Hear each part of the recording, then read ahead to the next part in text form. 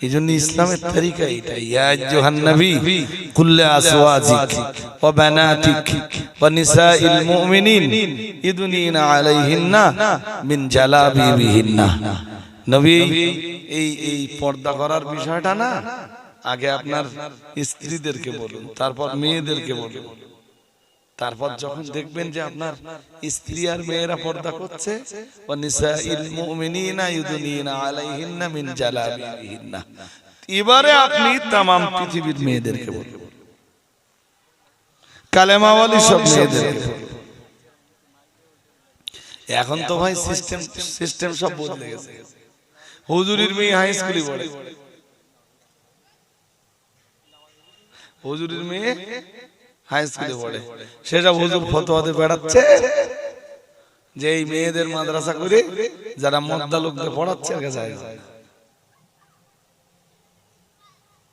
হুজুরের মেয়ে পড়তে পারবে হাই স্কুলে, সেখানকার সারেগা কাছে পড়লি জায়েজ আছে, আর মেয়েদের মাদ্রাসায় পড়লি আর না।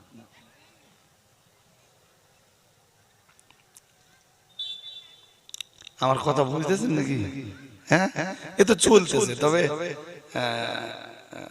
রিপোর্ট নিলে ওই ওই ওই ফলাফল একই জায়গায় দাঁড়াবে। ফলাফল কি? যেটা এরা আলেম না, এরা জাহেল। নিট ফল ওই একই জায়গায়, এরা আলেম না। আলেম হলে এই ফতোয়া দিত না। আমি দায়িত্ব নিয়ে বলছি,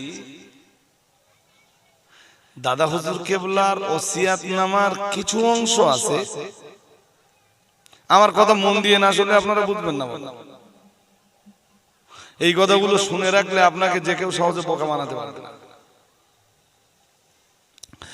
দাদা পীর সাহেব কেবলার কিছু ওসিয়াতনামার ভিতরে কিছু অংশ আছে দাওয়াত। কি আছে বলেন? কিছু অংশ আছে ফতোয়া, কিছুটা অংশ আছে তাকওয়া।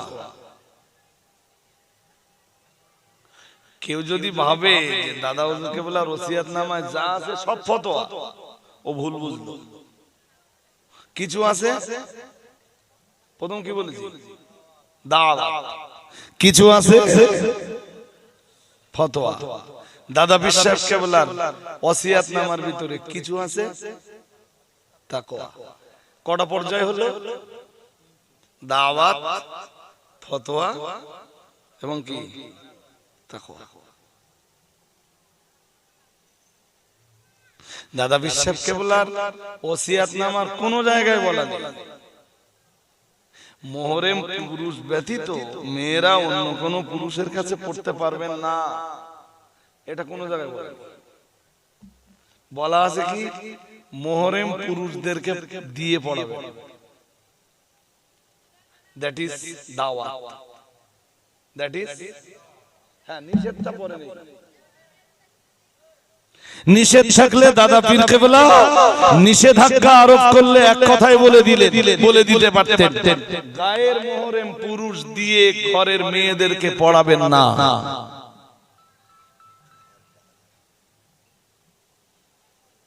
আমি কি বলছি শুনছেন নাকি?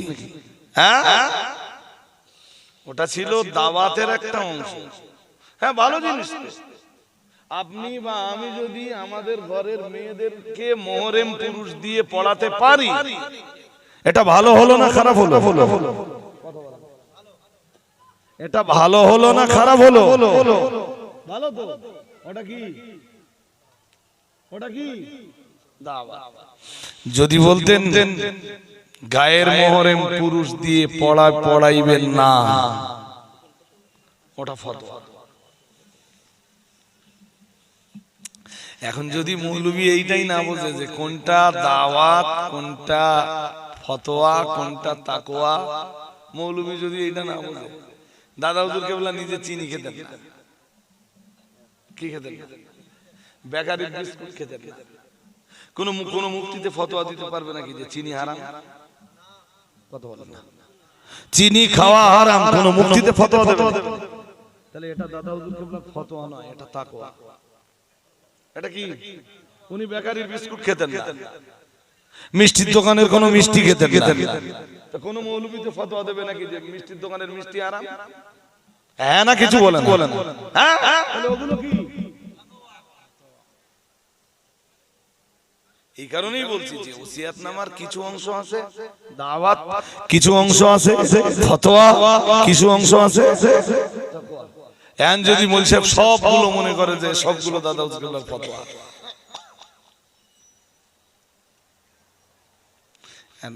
যদি আমরা খানিকক্ষণের জন্য ধরি নি যে হ্যাঁ ফতোয়া, সবগুলো ফতোয়া ধরি নেন, আপনিও ধরি নেন।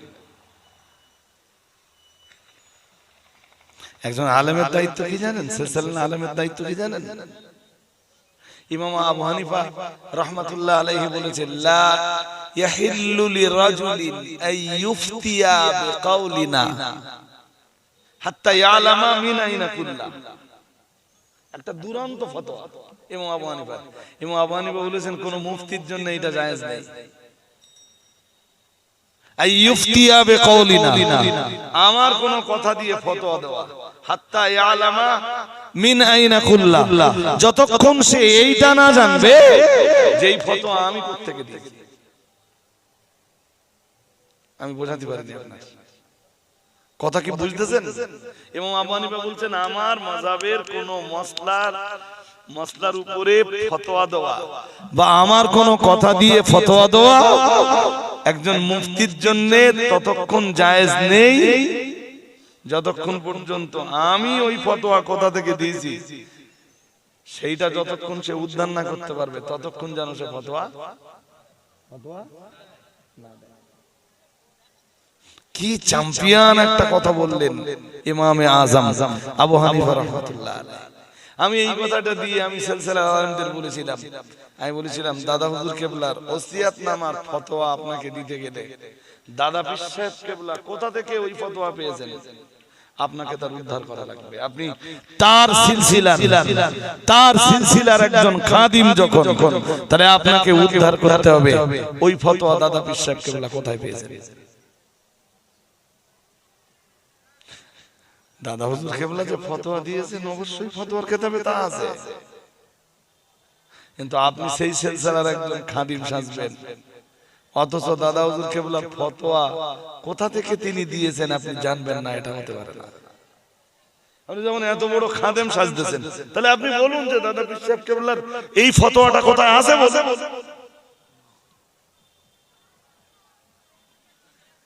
সেটা আপনারা না বলতে পারলেও আমরা ইনশাআল্লাহ বলতে পারবো, ইনশাআল্লাহ বলতে পারবো। বলেন, বলুন ইনশাআল্লাহ, বলুন ইনশাআল্লাহ। সেটা আপনারা উদ্ধার না করতে পারলেও সেটা অল ইন্ডিয়া সুন্নাতুল জামাতের আলেমরা উদ্ধার করতে পারে।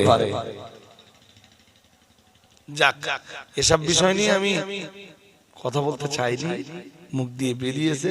পরিস্থিতি, কন্ডিশন, সিচুয়েশনের একদম উপরে দাঁড়িয়ে কথা বলতে যে কথা বেরিয়েছে। যেটা বলছিলাম, আল্লাহ বলেন কাল আল্লাহু ইন্নী মাআকুম, আমি তোমাদের সঙ্গে আছি। তার জন্য শর্ত আছে। আমি বললাম কি শর্ত? আল্লাহ বললেন লাইন আকামতুমুস সালাতা, তোমরা যদি সালাত প্রতিষ্ঠা করতে পারো। আর একটু মন খুলে, এই জন্য সালাত না থাকলে আল্লাহর রহমত তো থাকবে না। লাইনা কামতুমুস সালাতা, আমরা যেন বললাম আল্লাহ ও রব্বুল আলামিন আমাদের আর কি করতে হবে বলুন। আল্লাহ পাক রব্বুল আলামিন বললেন লাইনা কামতুমুস সালাতা ওয়া আতাইতুমুজ যাকাতা। আল্লাহ পাক রব্বুল আলামিন বললেন এক নম্বরে তোমাদের ভিতরে যেটা লাগবে সেটা হলো সালাত কায়েম, সালাত প্রতিষ্ঠা। আমরা যেন বললাম তারপরে কি লাগবে?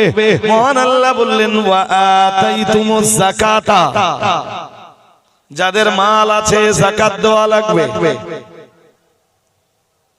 কি দেওয়া লাগবে? এবং বুঝে দেওয়া লাগবে, বুঝে বুঝে হিসাব কষে কষে যাকাত দেওয়া লাগবে। আমি বাড়াচ্ছি না, প্রাসঙ্গিকতা বাড়াচ্ছি, মারছি না।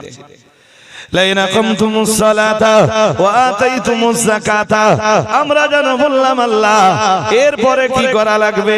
আল্লাহ পাক রব্বুল আলামিন বললেন ওয়া আযযারতুম, আল্লাহ পাক রব্বুল আলামিন আবার বললেন ওয়া আমানতুম বিরুসুলি, আল্লাহ পাক রব্বুল আলামিন বললেন আমার প্রেরিত নবী রাসূলদের প্রতি তোমাদের ঈমান আনয়ন করা লাগবে।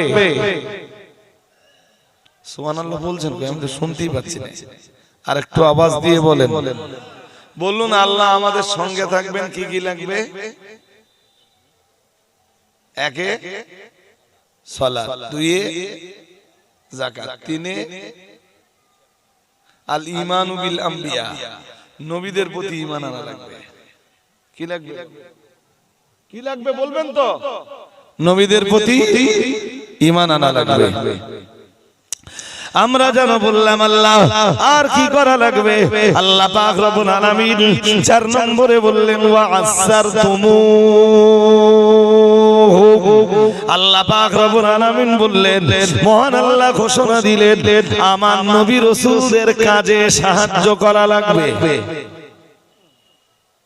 সুবহানাল্লাহ বললেন তো, বললাম শুনতে পাইনি। কি করা লাগবে? এবার মুখস্থ বলেন দেখি। এক, আওয়াজ নেই, জোরে বলেন। এক, সালাত লাগবে। 2,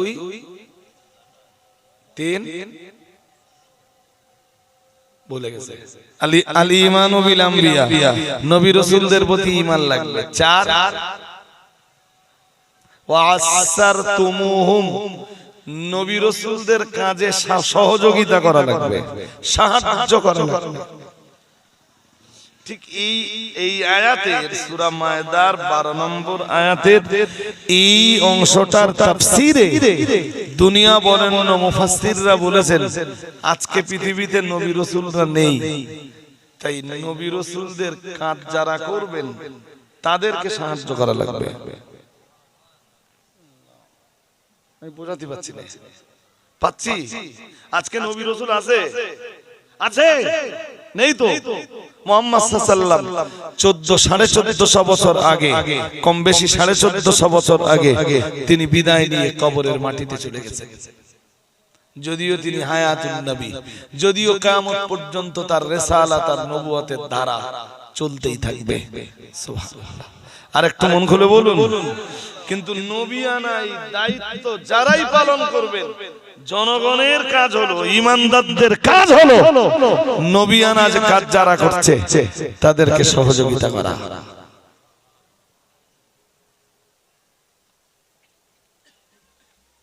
আমার কথা কি বুঝতে অসুবিধা হচ্ছে? হ্যাঁ, আল্লাহর সাহায্য পাওয়ার জন্য 5 নম্বরে আরেকটা কাজ লাগবে। আল্লাহ বলেন ওয়া আকরাতুমুল্লাহ করদান হাসানা, আল্লাহ বলেন আল্লাহকে উত্তম ঋণ দেওয়া লাগবে। আল্লাহকে মানে দান করা লাগবে। কি লাগবে? হ্যাঁ, এই নবিয়ানা কাজ যারা করবেন, এই নবিয়ানা কাজ করবার জন্য তারা যখন জাতির কাছে, জাতির কাছে দান অনুদানের কথা বলবেন, তখন এই জাতি, এই কমিউনিটি তারা নবিয়ানা কাজকে পৃথিবীতে প্রতিষ্ঠা করার জন্য মন প্রাণ উজাড় করে দিয়ে আল্লাহকে তখন উত্তম ঋণ দান করবেন। আল্লাহ বলেন এই 5টা কাজ যদি করতে পারো, শোনো আমি তোমাদের সঙ্গে আছি। ওই পর্যন্ত বলে আল্লাহ ছাড়লেন না, আরেকটু বললেন লাউ কাফিরান্না আনকুম সাইয়্যাতিকুম, মহান আল্লাহ বললেন আমি তোমাদের পূর্ববর্তী জিন্দেগীর গুনাহগুলোকে maaf করে দিব। আরেকটু মন খুলে বলেন, তোমাদের পূর্ববর্তী জিন্দেগীর গুনাহগুলো সব maaf করে দিব।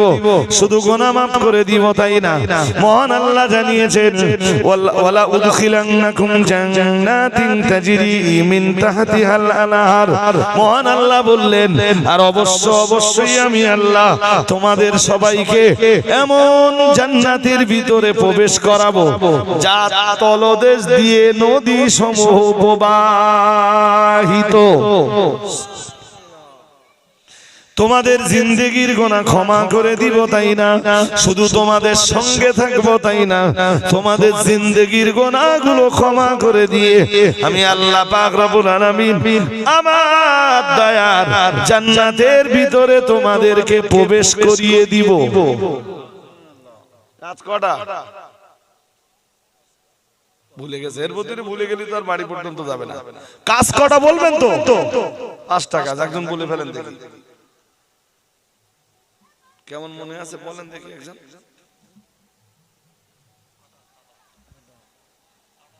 ঠিক করে বলেন কটা কাজ। এর মধ্যে সব গুলিয়ে গেছে। কটা কাজ? 1 সালাতের ইকামত, 2 ইতাউজ যাকাত, 3 আল ঈমানু বিল আম্বিয়া, নবীদের প্রতি ঈমান, 4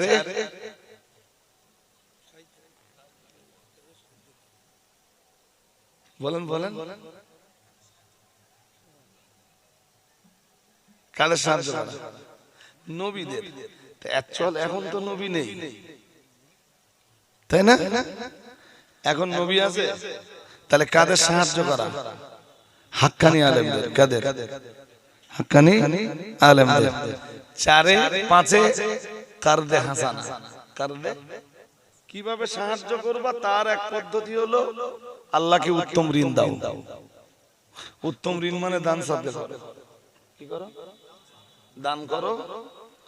কোরআন তো এই কারজে হাসানার ব্যাপারে সূরা মুজাম্মিলের ভিতরে আছে। আল্লাহ বলেন যারা আল্লাহকে উত্তম ঋণ দেয় আল্লাহর কাছে তাদের জন্য রয়েছে মহা পুরস্কার। আরেকটু মন খুলে, আপনি যে এই দিনকে জিন্দা করার জন্য দান করতেছেন, আপনি এটা আল্লাহকে উত্তম ঋণ দিচ্ছেন। যদিও আল্লাহ মুহতাজ নন, যদিও আল্লাহ মুখাপেক্ষী নন, যদিও আল্লাহ কারোর